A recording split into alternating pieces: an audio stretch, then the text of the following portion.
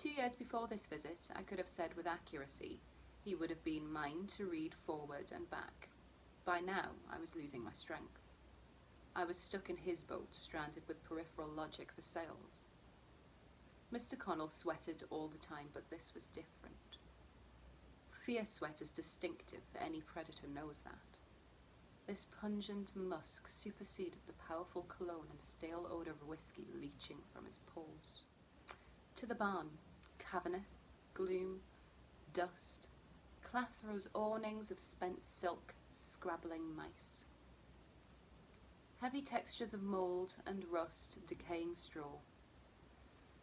I hobbled with the grace of a lame crow, yet Mr. Connell contrived to lag at my heel. Cold in the barn, thus his left hand delved into a pocket and lingered there. What was he thinking? Partially that I was too old, unless an accomplice lurked in one of the places his methodical gaze was barred from. He thought of the house, upstairs, or the cellar, wrong on both counts. Maybe his research was faulty. What if I actually possessed a living relative? Now that would be a hell of a time to discover that mistake. Mr. Connell thought as an animal does. A deer hardly requires proof from its stippled ears, its soft eyes, or quivering nose to justify the uneasiness of one often hunted. Animals understand that life is death. This is not a conscious fact, rather a fact imprinted on every colliding cell. Mr. Connell thought like an animal. Unfortunately, he was trapped in the electrochemical web of cognition, wherein curiosity leads into temptation, temptation leads into fear, and fear is considered an impulse to be mastered. He came into the barn against the muffled imprecations of his lizard brain. Curiosity did not kill the cat all by itself. His relentless eyes adjusted by rapid degrees, fastening upon a mass of sea-green tarpaulin gone velvet in subterranean illume. This sequestered mass reared above the exposed gulf of loft, nearly brushing the venerable centre beam, unexpressive in its obscured context, though immense and bounded by that gravid force to founding dirt. Mr. Connell's heartbeat accelerated, spurred by a trickling dose of primordial dread.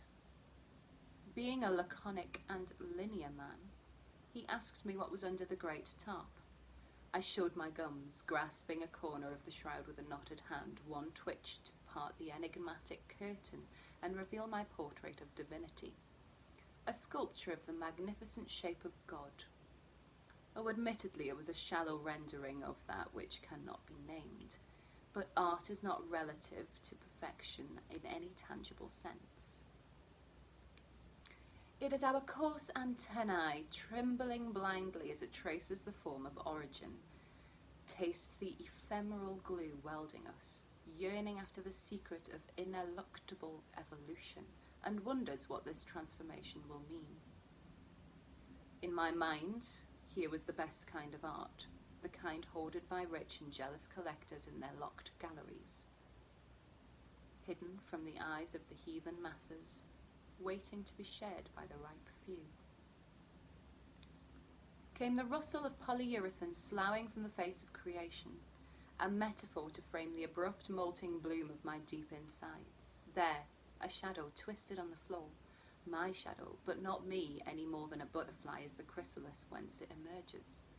Yet I wanted to see the end of this. Mr. Connell gaped upon the construct born of that yearning for truth slithering at the root of my intellect. He teetered as if swaying on the brink of a chasm. He beheld shuddering lines that a fleshly tongue is witless to describe, except perhaps in spurts of impression. Prolongated, splayed at ankles, an obliquangular mess of smeared and clotted material, glaucous clay, dredged from an old and abiding comb where earthly veins dangle and fell waters drip as the sculpture dripped, milky lucent starshine in the cryptic barn, an intumescent hulk rent from the floss of a carnival mirror. To gaze fully on this idol was to feel the grey matter quake inside its case and reject what the moist perceptions thought to feed it.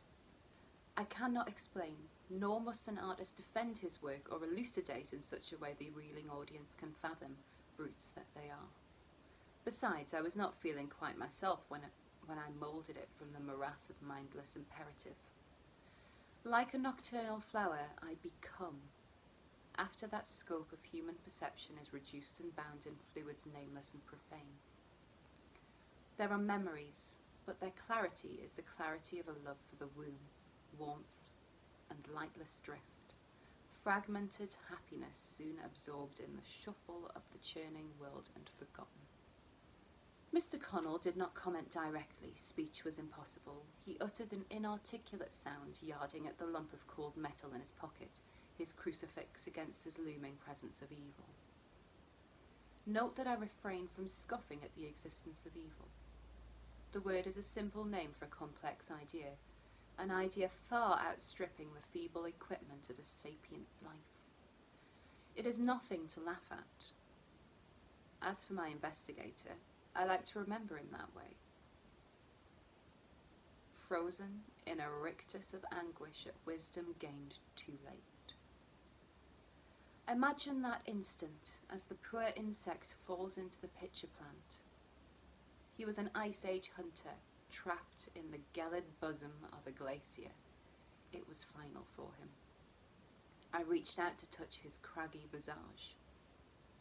My perceptions flickered, shuttering so swiftly that I could not discern precise details of what occurred to big Mr. Connell. Suffice to say, what was done to him was incomprehensible.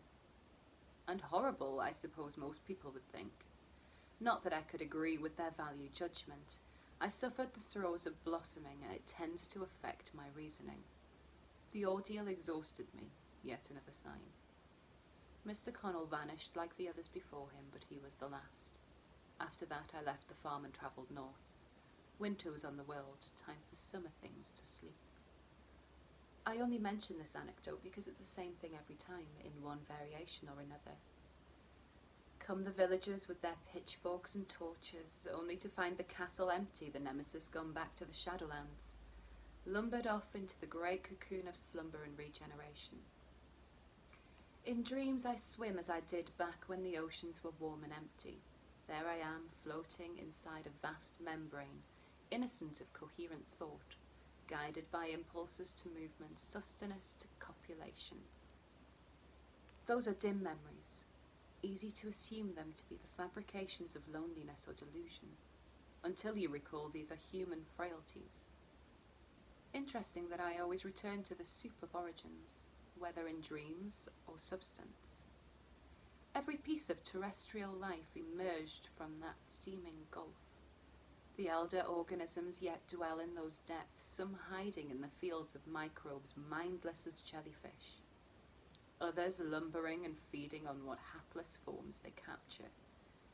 Once, according to the dreams, I was one of those latter things, except I'm uncertain that it was ever my true spawning ground.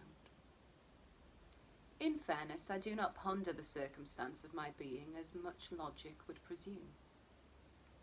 My physiology is to thank, perhaps. There come interludes, a month, a year, centuries or more, and I simply am, untroubled by the questions of purpose. I seek my pleasures, I revel in their comforts. The ocean is just an ocean, a cigar is just a cigar. That is the state of becoming. Bliss is ephemeral, a true for anyone or anything.